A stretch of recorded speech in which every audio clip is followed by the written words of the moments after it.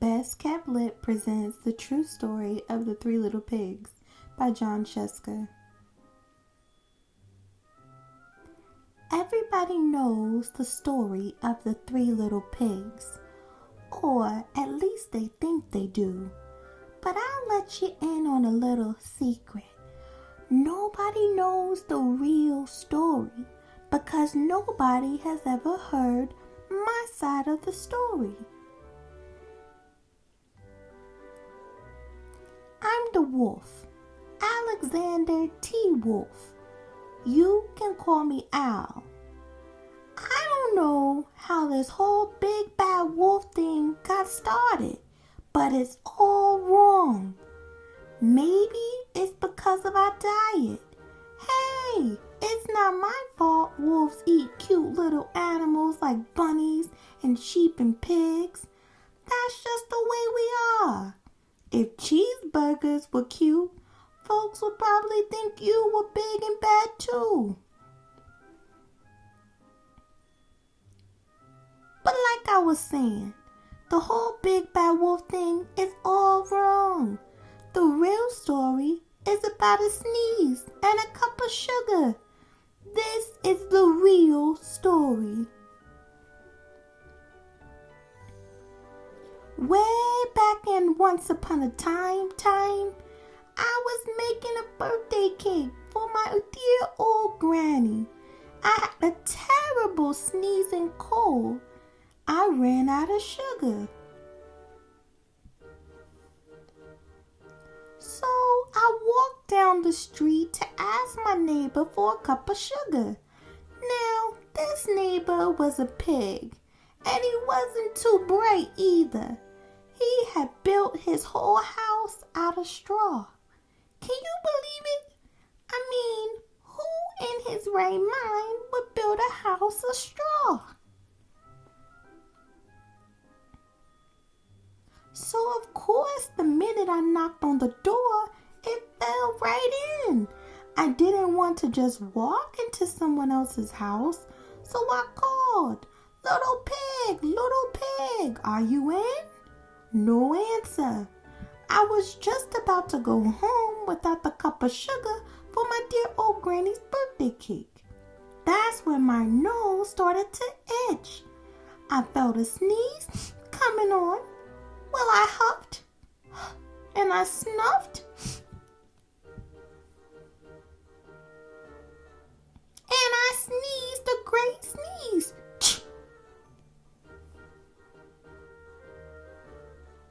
And you know what? The whole darn straw house fell down. And right in the middle of the pile of straw was the first little pig, dead as a doornail. He had been home the whole time. It seemed like a shame to leave a perfectly good ham dinner lying in the straw, so I ate it up. Think of it as a big cheeseburger just lying there. I was feeling a little better, but I still didn't have my cup of sugar, so I went to the next neighbor's house. This neighbor was the first little pig's brother. He was a little smarter, but not much. He had built his house of sticks. I rang the bell on the stick house. Nobody answered. I called, Mr. Pig, are you in? He yelled back, go away, wolf. You can't come in. I'm shaving the hairs on my chinny chin. I had just grabbed the doorknob when I felt another sneeze coming on. I huffed and I snuffed and I tried to cover my mouth, but I sneezed a great sneeze. And you're not gonna believe it, but this guy's house fell down just like his brother's. When the dust cleared, there was the second little pig, dead as a doornail. Wolf's honor. Now you know, will spoil if you just leave it out in the open. So I did the only thing there was to do. I had dinner again. Think of it as a second helping. I was getting awfully full. But my cold was feeling a little better. And I still didn't have that cup of sugar for my dear old granny's birthday cake. So I went to the next house. This guy was the first and second pig's brother. He must have been the brains of the family. He had built his house of bricks. I knocked on the brick house.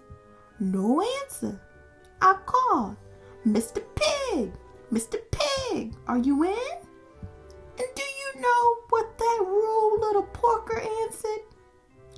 Get out of here, Wolf. Don't bother me again. Talk about impolite. He probably had a whole sack full of sugar, and he wouldn't give me even one little cup for my dear sweet old granny's birthday cake. What a pig. I was just about to go home and maybe make a nice birthday card instead of a cake when I felt my cold coming on.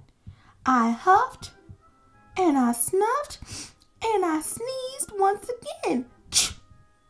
Then the third little pig yelled, and your old granny can sit on a pin. Now, I'm usually a pretty calm fellow, but when somebody talks about my granny like that, I go a little crazy. When the cops drove up, of course I was trying to break down this pig's door.